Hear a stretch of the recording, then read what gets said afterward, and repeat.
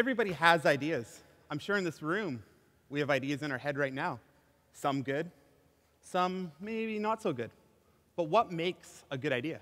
And how do we take a good idea to reality? How do we develop an idea? There's 3 parts to a good idea. There has to be a benefit, it has to be practical, and it has to be well thought out. If our idea can hit on those 3 points, we probably have a good idea. So what is a benefit? What are ways we can measure a benefit of an idea? Well, it can be as simple as just improving on an existing idea, making something better. Consumer goods love doing this. They just improve on something that's already there. For example, a bicycle. It was a steel frame, goes to an aluminum frame, to a titanium frame, to a carbon fiber frame. We haven't changed the frame. We're just improving on the existing frame, making it better. The Olympics like to look at benefit in terms of faster, higher, stronger. Does our idea make something faster? Does it make something bigger or smaller? Does it make something stronger? Is it going to last longer? Corporate world likes to look at benefit in terms of profit. Isn't an idea profitable? Now, the only issue with just looking at profit is you can have a really bad idea that's also profitable. Subprime mortgages. The idea of giving money to people to buy houses, which they couldn't afford, was really profitable if you're a Wall Street banker. But for the rest of us, it wasn't. You know, it was one of the prime reasons we're in a global recession. You have to be aware of that. Just because it's profitable doesn't necessarily mean it's a good idea. The way I see a lot of people looking at benefit is more of a balanced approach. We do it in our company, and it's called the 3P approach: people, planet, prosperity.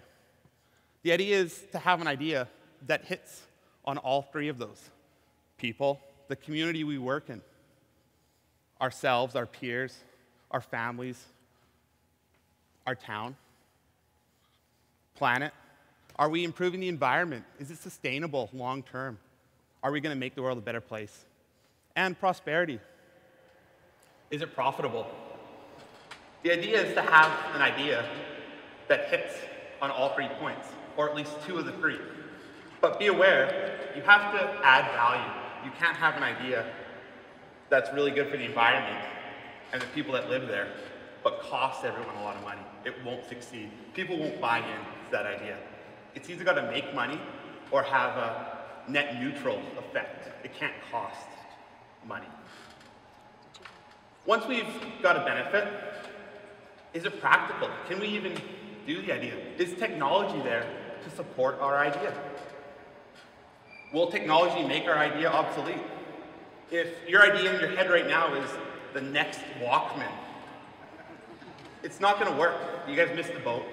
That was probably 20 years ago. You have to be aware of what technology is doing. Technology might not be there to even do your idea right now.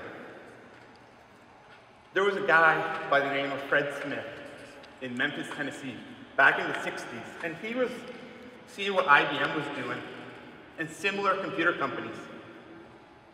He saw how quick technology was changing and evolving, and he realized there was going to be a need to ship documents overnight to keep up with technology. So he wrote a paper in a Yale economics class, and the professor wrote on it, interesting idea, but not practical. 15 years later, in the early 80s, he developed Federal Express, which is the largest overnight parcel delivery company in the world. In the late 60s, that wasn't practical. In the early 80s, it was. Be aware of that when you're thinking, what is practical? Is technology going to support my idea? The third part of a good idea, thought out. You can have an idea that has great benefit, is practical, but if we haven't thought through the idea, it'll fail. In business, we see this all the time.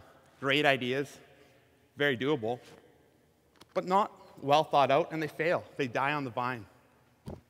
So how do we think through an idea? 4 parts to thinking through an idea: research, process, scenario, and you got to share it. You got to get feedback. So when we talk about research, we have to listen, and we have to learn. The idea is you want to go out there and just do more than go on Google for a couple minutes and learn about your idea. You want to go see what other people are doing. You want to talk to people. You want to get feedback. If thought out is the most important part of a good idea, research is where you're going to spend the time. And if all you that have been to BCIT know that whenever you do a project, the time is spent on the research. The more research you do, the easier it is to write that paper. You want to listen. Listening is probably the most important part of research. Listen to people. I find that the most influential people in the room are the people that don't talk. They listen. They sit there, and they listen, and they add value at the end. Those are the type of people that you're looking for, the people that can add value to your idea. By the end of research, you want to become an expert on your idea. That way, when you get to the next stage, process, you can develop a clear and concise process. Simple, achievable steps. How do I take it from the idea to reality? Simple, achievable, clear steps. You want them detailed so when you explain it to people, you don't lose them. Once you have a process, you do the third part, scenarios, the what-ifs. What's the best case scenario? What's the worst case scenario? What happens if I change my process? What happens if technology changes? What happens if I change? You want to be in a situation where when someone asks you about your idea, you don't get that, oh, I never thought of it. No, this is where you want to think of it. Because when you're in that situation and people are asking you questions and you don't know, it's probably not a good idea. Fourth part of the idea, you have to share your idea. You have to get feedback on your idea. And everyone says, well, if I share my idea, someone's going to take it. Yeah, that could happen. But a couple things that I've learned about sharing ideas. One, most people don't really care about your idea. Most people are inherently lazy. They don't want to spend the time or the energy that you have developing your idea. They don't want to do the research. They don't want to develop a process. They just want to hear about your idea. Two, what's worse? Sharing an idea and losing the idea, or not sharing the idea at all and keeping it to yourself? I'd argue that sharing an idea and losing the idea is okay. You fail forward. You're not going to let it happen again. You learn from your mistake. When you close yourself down, you're less likely to try and evolve. And then suddenly, you stop coming up with good ideas, or ideas at all, because you go, what's the point? Share the idea. And there's ways we can protect the idea. There's ways that we can make sure that people aren't as interested in the idea. When we share an idea, let's break it up into pieces. Share one piece of the idea with this guy, share one piece with this girl. They don't really know what the other person's doing. Companies do this all the time. Company 1 makes a component. Company 2 makes a component. They put them together, they make a part. They might understand what the other company's doing, but they don't really necessarily know how the part works or how the other component works. You're protecting the idea. Also, we can be a little secretive when we're sharing an idea. We don't really have to tell the whole truth. We were working on a large bridge project in town about 6 years ago. And we came up with an idea. We thought it was a good idea. We did some research, developed a process. It was pretty innovative. But we knew at some point we would have to share that idea to get feedback, to quantify if that idea would actually work in reality. And our concern was when we shared it with experts, someone would take it. So what we did is we changed all our drawings to a project that was in South America at the time. And when we shared it to the experts, they looked at it and they went, that's a really interesting idea. We think it's going to work, but it's too far away. There was no benefit to them. If they realized that the project was local, they might have gone after it. We were playing off people's inherent laziness or the fact that they didn't see a benefit or a value in the idea. By this point, you're sharing your idea, you're getting feedback. Listen to the feedback. Make changes. If people have concerns about parts of your idea, fix it. Don't just keep going on. Also be aware, too, that not all feedback that's negative is bad feedback. Some negative feedback you can use to your advantage. The Academy Awards. Best pictures are always a certain type of movie. I like comedies. Not very many comedies win Best Picture. I might go to a movie because the Academy says, that wasn't a very good movie, but it was funny. Stylists like black and white. I might go check out that store because I like red shirts. And I know that that store might have a red shirt because it doesn't have black and white. Use the feedback to your advantage. You might get feedback from somebody who's got a competing idea. Now, hopefully, when you've done your research, you avoid sharing your idea with people who could potentially take it. But if you do share it with someone who's got a competing idea, they might give you bad feedback because they're concerned your idea affects their idea. And they don't want to see your idea succeed. So you have to be aware of who you're talking to. Once you're pretty sure you got a good idea, you got a benefit, it's practical, you've thought it through, you got a process, you've shared it, people are agreeing. As young people, you have to develop your idea. How do I get it to reality? And this is probably the most challenging part, because right out of school, I remember coming out of BCIT, no one wants to listen to you. You have no credibility in the real world. How do you get credibility? Focus on an idea that adds value, especially monetary value. Big ideas are awesome.